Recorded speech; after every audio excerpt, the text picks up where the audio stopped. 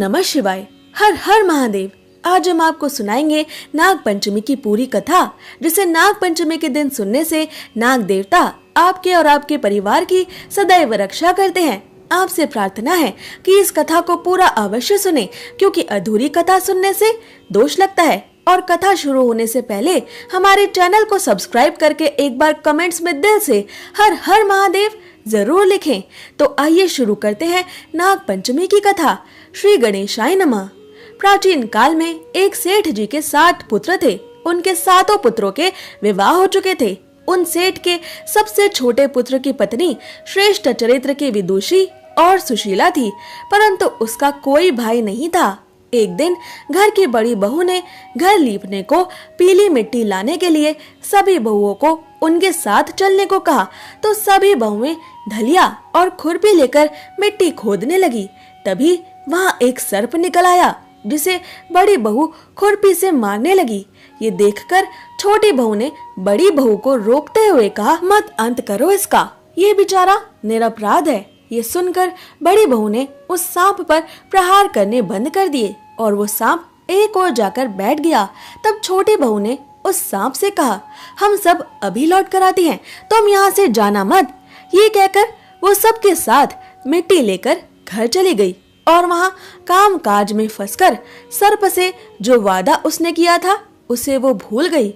छोटी बहू को दूसरे दिन वो बात याद आई, तो वो सबको साथ लेकर वहां पहुंची और सर्प को उसी स्थान पर बैठा देखकर बोली, सर्प भैया नमस्कार। सर्प ने कहा, तू भैया कह चुकी है इसलिए तुझे छोड़ देता हूँ, नहीं तो झूठी बात और झूठा वादा करने के कारण मैं तुझे अभी डस लेता।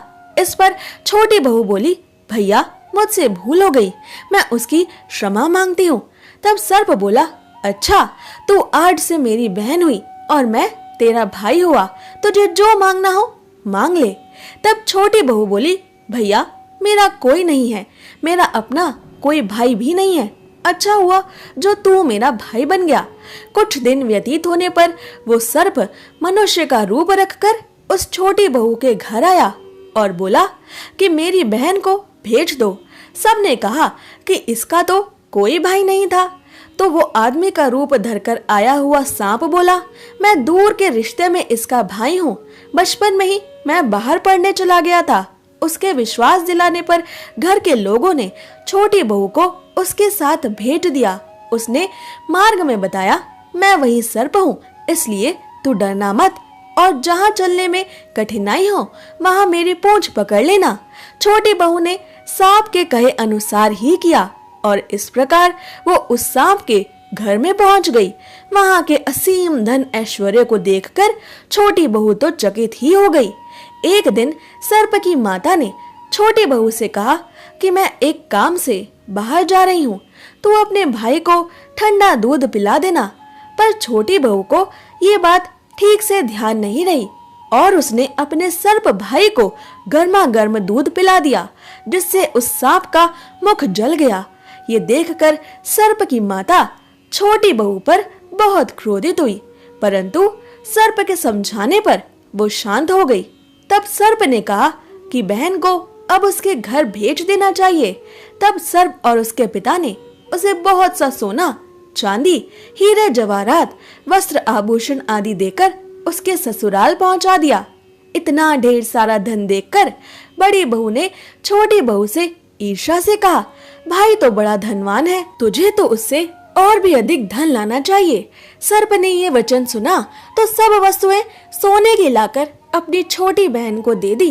ये देखकर बड़ी बहू ने दोबारा छोटी बहू से कहा कि इन्हें झाड़ने की तो झाड़ू भी सोने की होनी चाहिए। तब सर्प ने झाड़ू भी सोने की लाकर अपनी बहन को दे दी। सर्प ने छोटी बहू को हीरा मणियों का एक अद्भुत हार दिया था। उसकी प्रशंसा उस देश की रानी ने भी सुनी थी और वो राजा से बोली, सेठ की छोटी बहू का हार तो हमारे यहाँ आना चाहिए। तब राजा ने मंत्री को हुक्म दिया कि उस सेठ की बहू से वो हार लेकर शीघ्र उपस्थित हो। मंत्री ने सेठ जी से जाकर कहा कि महारानी जी छोटी बहू के गले का हार पहनेंगी, वो उससे लाकर मुझे दे दो। और सेठ जी ने डर के कारण छोटी बहू से हार मांग कर दे दिया। छोटी बहू को ये बात बहुत बुरी लगी।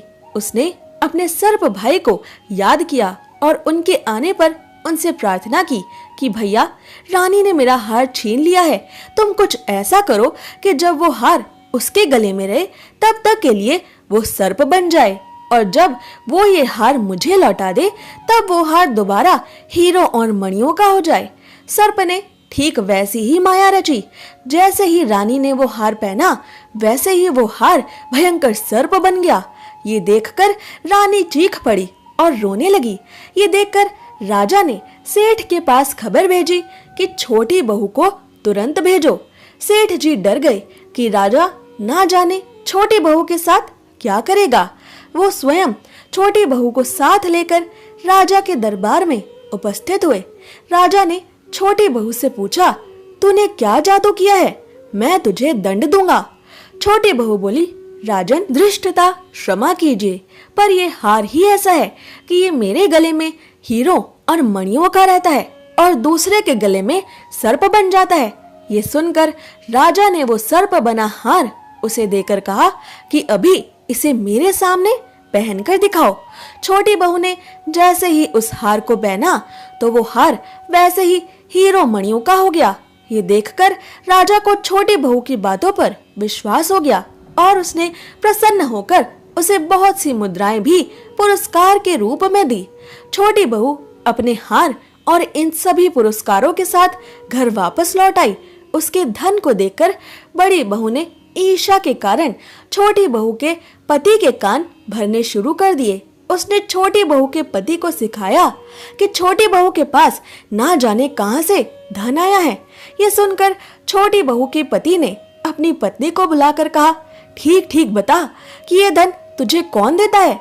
तब छोटी बहू अपने सर्प भाई को याद करने लगी। तब उसी समय सर्प ने प्रकट होकर कहा, यदि मेरी धर्म बहन के आचरण पर संदेह प्रकट करेगा तो मैं तुझे इसी क्षण खा लूंगा। ये सुनकर छोटी बहू का पति बहुत प्रसन्न हुआ और उसने सर्प देवता का बड़ा ही आदर सत्कार किया। उसी दिन से नाग पंचमी का ये त्योहार मनाया जाता है और सभी स्त्रियां सर्प को भाई मानकर उसकी पूजा करती हैं। तो बोलिए नाग देवता की जय।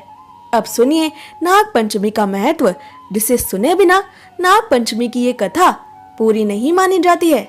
नाग पंचमी का ये त्योहार हमारी संस्कृति और भारतीय परंपरा से जुड़ा है। नागों के साथ जहाँ तमाम रहस्य जुड़े हैं, वहीं ये जीवन की रक्षा करने वाले भी माने जाते हैं। यह आपके परिवार संपदा की सदा रक्षा करने का यदि वचन दें तो उसकी सदैव रक्षा करते हैं। नाग पंचमी पर विधिवत पूजन करने से नाग देवता की कृपा मिलती है। नाग पंचमी की एक पौराणिक कथा के अनुसार महाभारत के काल में पांडवों में से एक अर्जुन के पौत्र राजा परीक्षित के पुत्र जन्मेजय ने नागों से बदला लेने के लिए और उनके वंश का समूल नाश करने के लिए एक बड़ा यज्ञ किया था, क्योंकि तक्षक नाम के नाग के डसने के कारण ही जन्मेजय के पिता राजा परीक्षित के प्राण निकले थे। जन्मेजय अपने पिता महाराज परीक्षित के अंत का बदला समस्त नाग जाति से लेना चाहता था। इसके लिए वो सभी नागों को एक यज्ञ अग्नि में डालकर भस्म कर देना चाहता था, ताकि पूरी पृथ्वी से नाग जाति की ही समाप्ति हो जाए।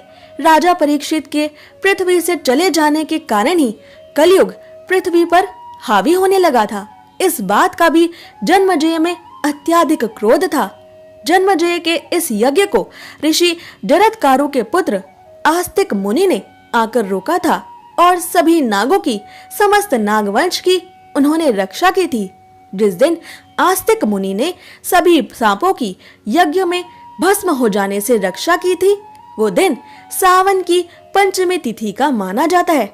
सांपों को यज्ञ की अग्नि से बचाने के बाद उनके बेहद गर्म हो चुके और लगभग जलने वाले शरीर को शीतलता प्रदान करने के लिए आस्तिक मुनि ने सभी सांपों के शरीर पर दूध की धार डाली थी। तब से नागों ने आस्तिक मुनि से कहा कि पंचमी की तिथि को जो भी उनकी पूजा करेगा उसे कभी भी नागों के डसने का भय नहीं रहेगा। तभी से श्रावण मास की शुक्ल पक्ष की पंचमी तिथि को नागों के दिवस यानी नाग पंचमी के रूप में मनाया जाता है और इस दिन नाग देवता को शीतलता प्रदान करने के लिए उन्हें दूध अर्पित किया जाता है। अगर आपको ये कथा पसंद आई तो इसे शेयर जरूर करें और ऐसे ही जरूरी जानकारियों और व्रत कथाओं के लिए हमारे चैनल को सब्सक्राइब करें।